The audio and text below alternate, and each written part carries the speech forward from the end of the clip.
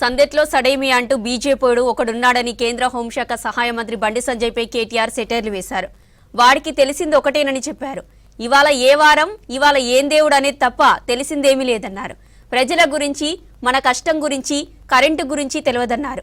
రైతు బతికిండా సచ్చిండా, 420 హామీలు అమలయ్యాయా ఏది అడగడం లేదన్నారు.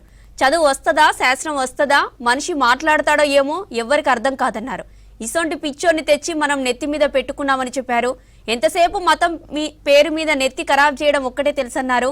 రాజన్న సిరిసిల్ల జిల్లా పర్యటనలో కేటీఆర్ మాట్లాడారు.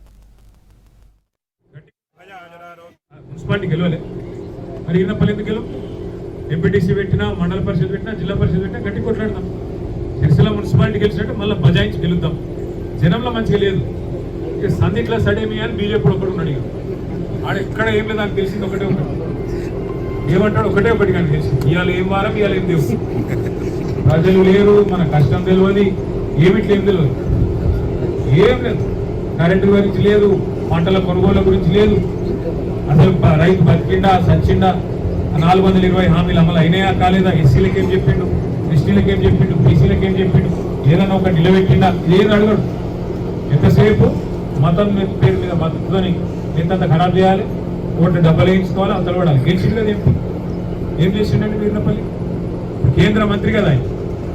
ఒక బుడ్డ బడి కట్టించిన ఎక్కడైనా మరి ఈయనపల్లి చూపెడతారన్నా? ఆయన దత్తత తీసుకుంటారు, తను మాట్లాడుతున్నా ఆయనకి ఏమైనా అర్థదా? చదువు వస్తుందా, శాస్త్రం వస్తుందా, ఏమైనా అర్థదా? కాదు, మనిషికి అర్థం కూడా కాదు, ఏం మాట్లాడుతులేదు. నేనేమంటున్నా అంటే ఇంకోటి పిచ్చోని తెచ్చి పెట్టుకున్నాం మనం నెత్తి మీద. వేరే ఉద్దేశంతో అంటలేండి. అంటే ఒక పనికి వచ్చి ఒక పని ఇప్పుడు ఈయనపల్లికి చేసి, ఇప్పుడు నువ్వు కేంద్ర మంత్రి అయి 2.5 ఏళ్ళ ఒక్క పని, రూపాయి పని ఒక్కటి ఏదైనా చూపెడతావు. ఇప్పుడు ఒక గుడి కట్టాం ఎక్కడ, బడెట్లా కట్టవు, గుడైనా కట్టవే అని ఒక బుడ్డది ఎక్కడన్నా. మనం గుడి కట్టినాం, బడి కట్టినాం, అన్ని చేసినాం.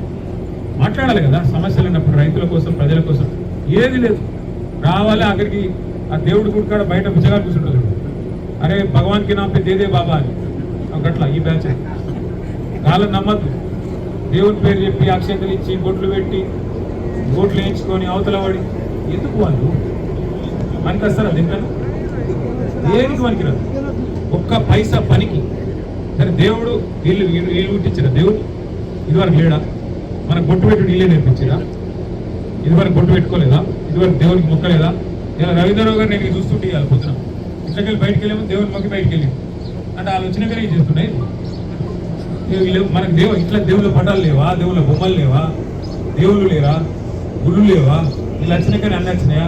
హిందుత్వాన్ని వీళ్ళే కాపాడుతున్నారు. మనం అందరం చచ్చిపోయినమేంటి? కేసీఆర్ సార్ అంత పెద్ద గుడి కట్టి, యాదగిరి గుట్ట గుడి ఒక్కరిని చూపెట్టి బీజేపీ దేశంలో గుడి కట్టినాడు. రామ మందిర్ కూడా వీళ్ళు కట్టలే, ప్రజల చందాలతో మీరు అందరు ఇస్తే కట్టారు, వీళ్ళు కట్టలే. కేసీఆర్ సార్ డైరెక్ట్ గా ప్రభుత్వ పైసలతో బ్రహ్మాండంగా యాదగిరి గుట్ట లక్ష్మీనరసింహ స్వామి దేవాలయాన్ని అద్భుతంగా కట్టిండు.